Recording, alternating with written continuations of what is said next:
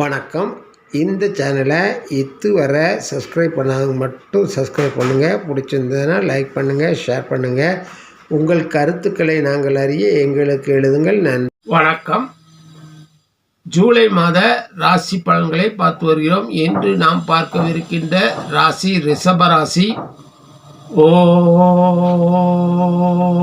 நம சிவாய சிவாய நமோ.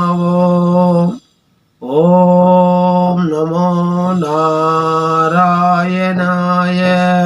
ரிஷபராசி அன்பர்களே, இந்த வாரம் உங்களுக்கு நன்மை செய்யும் நிலையில் உங்கள் ராசிநாதன் சுக்கிரன் இடப்பெயர்ச்சியான பின் சூரியன் மற்றும் புதன், ராகு, சந்திரன் ஆகிய கிரகங்கள் நன்மை செய்யும் நிலையில் இருக்கிறார்கள். இதனால் உங்களுக்கு நற்பலன்கள் அதிகமாகவும் அசுப பலன்கள் குறைவாகவுமே நடக்க வாய்ப்புள்ளது. இறைவன் ஒருவருடைய துன்பத்தை போக்க இன்னொரு மனிதனையே பயன்படுத்திக் கொள்கிறார். அவ்வாறு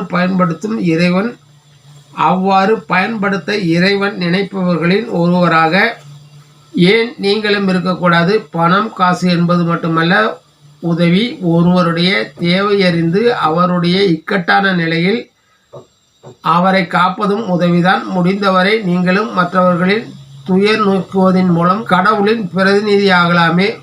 முயற்சித்து பாருங்கள்.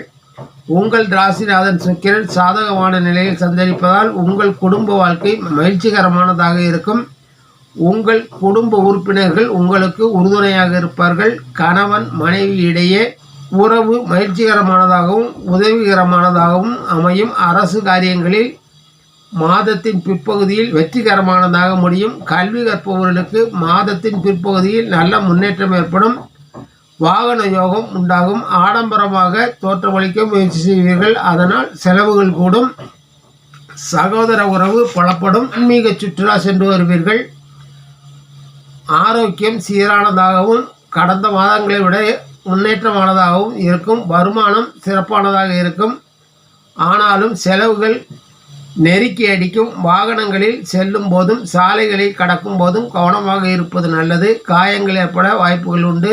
உங்கள் வேலைகளில் நீங்கள் கவனமுடன் இருப்பது நல்லது. சனி வக்ரகதியில் சஞ்சரிப்பதால் உங்கள் செயல்திறன் குறைந்து காணப்படும். வேலையில் தவறுகள் ஏற்படலாம். உங்களுடைய மந்தமான செயல்பாடு உங்கள் மேல் விமர்சனத்திற்கு உள்ளாகும். மாணவர்கள் சிறப்பான பங்களிப்பை கொடுத்து நல்ல பெயர் எடுப்பார்கள். குழந்தைகளின் வளர்ச்சி மகிழ்ச்சி தரும் விதத்தில் அமையும். தொழில், வியாபாரம், விவசாயம் போன்ற துறைகளில் இருப்பவர்களுக்கு லாபம் அதிகரிக்கும். உங்கள் செயல்திறன் மேம்படும்.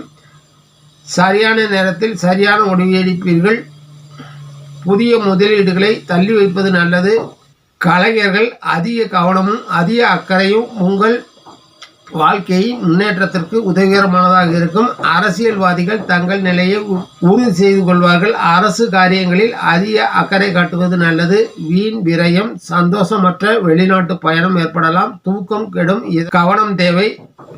நன்மைகள் மிகுந்து காணப்படுவதால் எல்லாம் வல்ல இறைவனுக்கு நன்றி செலுத்துங்கள். இந்த மாதம் கிருஷ்ண பகவானை வணங்கி அவர் நல்லாசியை பெற்று மென்மேலும் உங்கள் நற்பலன்களை அதிகப்படுத்திக் கொள்ளுங்கள். நன்றி, வணக்கம். மீண்டும் சந்திப்போம்.